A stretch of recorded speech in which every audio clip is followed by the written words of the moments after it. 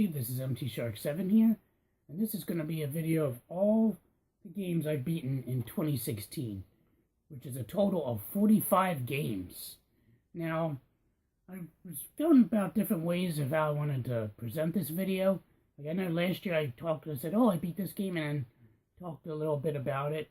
This year, since it's 45 games, I'm really not, this is just going to be a long video if I talk about one game and just a little bit over the others. So I'm just going to talk, maybe say like a sentence or two about each game, talking about my opinions and how I felt about it.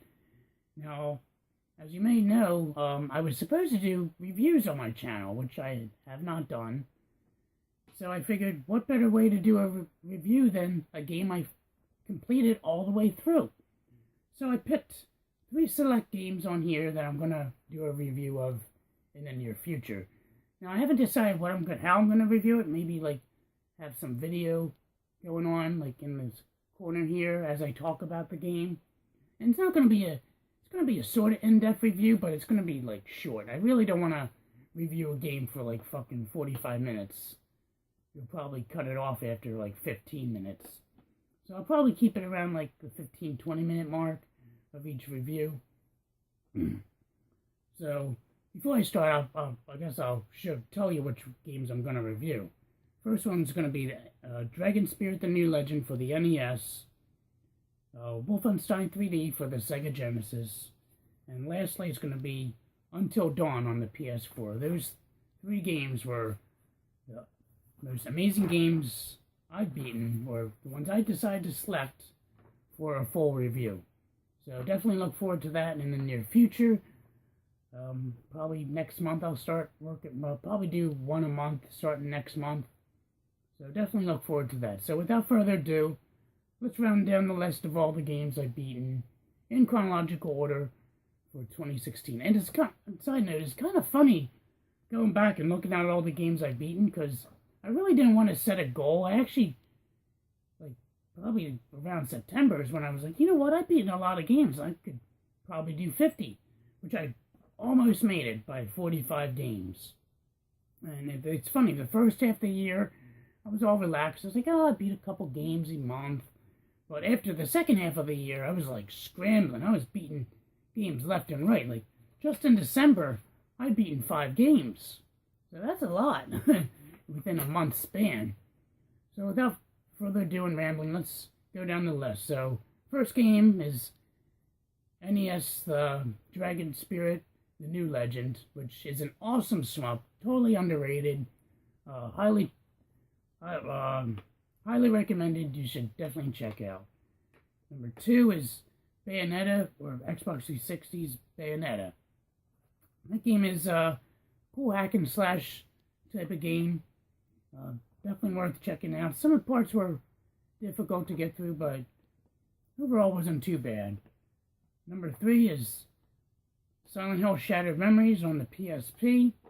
Of course, you could play these games on other platforms as well, like Shattered Memories is on also for PS2 and the Wii. But I beaten it on the PSP. That game was really fun. I thought it's gonna be scarier, but other than that, it was quite an enjoyable experience. Because the reason I thought it was gonna be a lot scarier, because it has a system in place where it tells you how scared you are, and, like, based on your inputs into the game, it'll adjust the scariness accordingly, which it didn't really do, which I thought that was a letdown. But other than that, I enjoyed the story. Next, we have BioShock Infinite for the Xbox 360.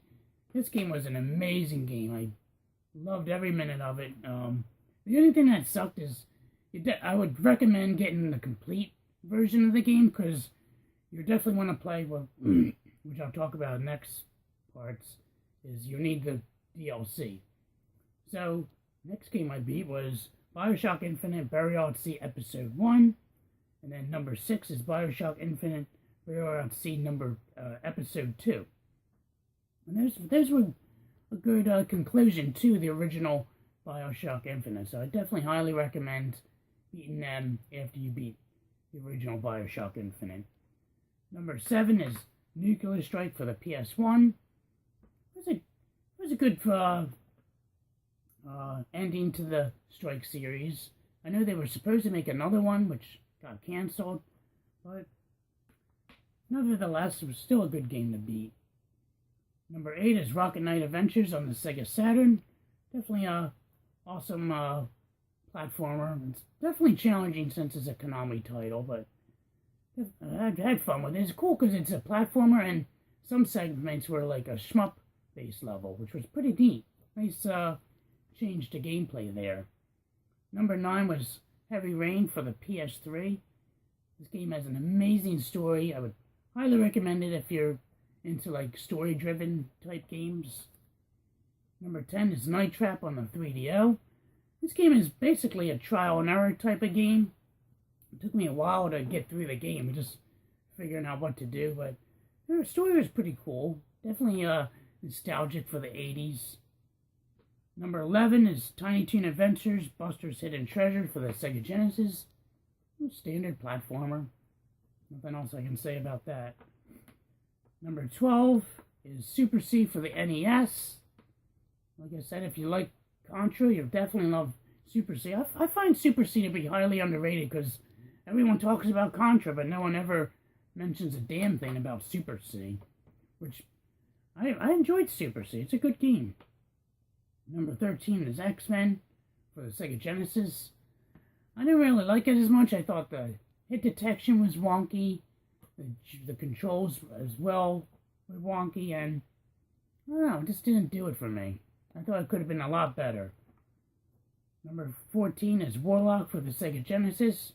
This game is kind of cool. Kind of goofy, silly platformer title. I don't know. It's kind of an oddball game. Number 15 is Viewpoint for the Sega Genesis. This game is an awesome shmup, kind of like a Zaxxon style of game, where it's like kind of like a weird like angle, like sideways angle looking at the ship. But it's very challenging, even on the Sega Genesis. The Sega Genesis is probably like the least challenging, but it was definitely challenging. Number 16 is Halo Anniversary, which is basically just original Halo ported to the Xbox 360. Means Halo. You should know about it by now, right? It's just an awesome first-person shooter. Number 17 is Star Wars: The Force Unleashed. I beat this for the PSP. Yeah, but it's kind of cool. I think it's different than the one for the Xbox 360. I think the stories are kind of different, I think the story's the same, but the gameplay's different. It's still a cool game to play. Number 18 was Joe and Mac for the SNES. Sucks out that this game is an awesome platformer, but it's expensive to own. So I beat this through using ROMs through the Retron 5. And it's a fun game, but kind of pricey, which kind of sucks. 19 is Half-Life on the PS2. This was surprisingly a good port of Half-Life. I mean, there's some choppiness, and sometimes the controls were annoying, like especially when it came to jumping and grabbing on like ladders and shit. That was kind of hard to pull off. But other than that, it was a pretty solid title. Number 20 is Star Fox for the SNES. I love this game. This game is so much fun. Most people don't really talk about it. Every time they talk about Star Fox, they think immediately Star Fox 64, which is a good game as well. Even definitely better, obviously better than the SNES version, but I like the original. I thought it was a fun game. Number 21 is Gone Home for the PS4. Now, I know a lot of people hated this game, and it gets mixed reviews, but me personally, I enjoyed the game. It's basically just a novel, like first-person, like walking type of game. But I enjoyed it. I'm cheap. It's well, yeah, it's cheap. I got it free for PS Plus, but yeah, I mean, it's enjoyable. Only 2 hours long, not too bad. Number 22 was Metal Gear Solid 3 Snake Eater for the PS2. This game is a cool game. I didn't think it was as good as Metal Gear Solid for the PlayStation 1, but overall it wasn't too bad. Number 23, Kadash, the Sega Genesis. This game is also a pricey title, but I played it on using the ROMs on the Retron 5 to beat it. It's a cool game. I enjoyed it. Number 24 is Wolfenstein 3D for the Sega Genesis. Now, this is a sort of like a hack type game. It's obviously was never ported for the Genesis, but this game was amazing. It blew me away at the graphics and everything. The only thing that sucks is you can only play the first episode. You can't play all 6 episodes on this cart. But still, you get 8 levels or whatever on that first episode, and it's amazing. Like it's pretty wicked how this game turned out on the Sega Genesis. I mean, like I said, it sucks. It's unfortunate that you can't play episode 2 through 6, but playing episode 1, I always loved playing through, and this is no different. Number 25 is Uncharted 4 for the PS4. This game was fantastic. Like I said, like Uncharted games is like increase the amazingness, if that's a thing. And Uncharted 4 is no different from 3 to 4. It just keeps adding to it and makes it that much better. And 26 is the original Uncharted. I played it on PS4, remastered edition, which is pretty good. I enjoyed it. Number 27 is Myst for the PSP. This game was actually really good. I mean, it's just a point and click type of game where it's first person and you just click around. As most of you guys know what Myst is all about, so I'm not going to go in full detail, but this version in particular, I mean, it sucks. This is a UK exclusive, but it included the extra level after you beat the game, which is pretty cool, because I never got to experience that. Number 28 is Batman Arkham Asylum for the PS3. This game is amazing. It's still holds up to this day, I think. The graphics are still great in it, and even the story is pretty good. Number 29 is Phantasmagoria for the PC. I ended up downloading this because I was curious to plan this from Sean Long's review of, I forget which review specifically, but he did a review of I guess the most top 5 banned games, and this was one of them, which you can buy on GOG.com, which I ended up doing. And I used a walkthrough to beat the game, but it's kind of a wicked type of game. It's interesting, to say the least. Number 30, 30 through 32 are all going to be arcade games. Jimbo invited me down to hang out with a bunch of YouTubers, and yeah, we had a blast, so I ended up beating 3 of his arcade games. So, first one was Golden Axe, The Revenge of Darth Adder, or Death Adder. Next one I beat Aliens, and lastly, for 32, I beat Teenage Mutant Ninja Turtles. So, it was a fun time. Yeah, they're all awesome arcade games, all beat 'em ups, and yeah, awesome time, and definitely look forward to hanging out in June. Now, number 33 was Costume Quest 2 for the PS3. This actually may be the one that got me back in liking RPGs. It's basically like a very watered down RPG. It's fun. It's kind of kiddie, only more towards the kiddie-ish side, but I enjoyed it. I thought it was a great game. Number 34, Until Dawn on the PS4. This game is amazing. The storyline, through the gameplay, it was wicked. And this game has a similar mechanic to the Silent Hill Shattered Memories, where it, depending on your input in the game and your choices, determines the level of scariness or creepiness. It adjusts accordingly. And this one, I have to say, it adjusted accordingly, because I jumped so many times. Even shit that you you think is coming ends up not coming, and you still end up being scared. It's really good. I highly recommend this game. Number 35 is, I missed again, but I beat it for the Sega Saturn. This time I wanted to go ahead and do my little secret that I did and beat the game in like 10 minutes, which I did, and as well, I have a Let's Playthrough of on my channel with that. Number 36 is Clock Tower for the SNES. I didn't beat the whole game. I actually did the cheesier ending where you just find the car and you just say, fuck my friends, and just leave, which is kind of cool. I didn't think we would be able to do that. I was like, oh, I can't. Oh, there's the keys, there's the car. I can't leave here. But it's kind of funny how the ending plays out. Number 37 is Deadpool for the PS4. I thought this game was kind of goofy. It's a hack and slash type of game. I enjoyed it. Number 38 is Among the Sleep for the PS4. This is like a sort of like a kiddie-ish type of first-person horror type of game. It's really good. I enjoyed it. It's kind of short, but I definitely recommend it. Number 39 is Kirby's Adventure for the NES.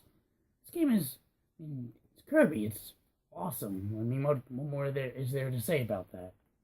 Number 40 is Colette for the PS4, which is a UK exclusive title. This one is basically like a first-person survival horror, kind of more like a story-driven type of game, similar to Gone Home. But this one I didn't really like, just mostly because of the mapping system.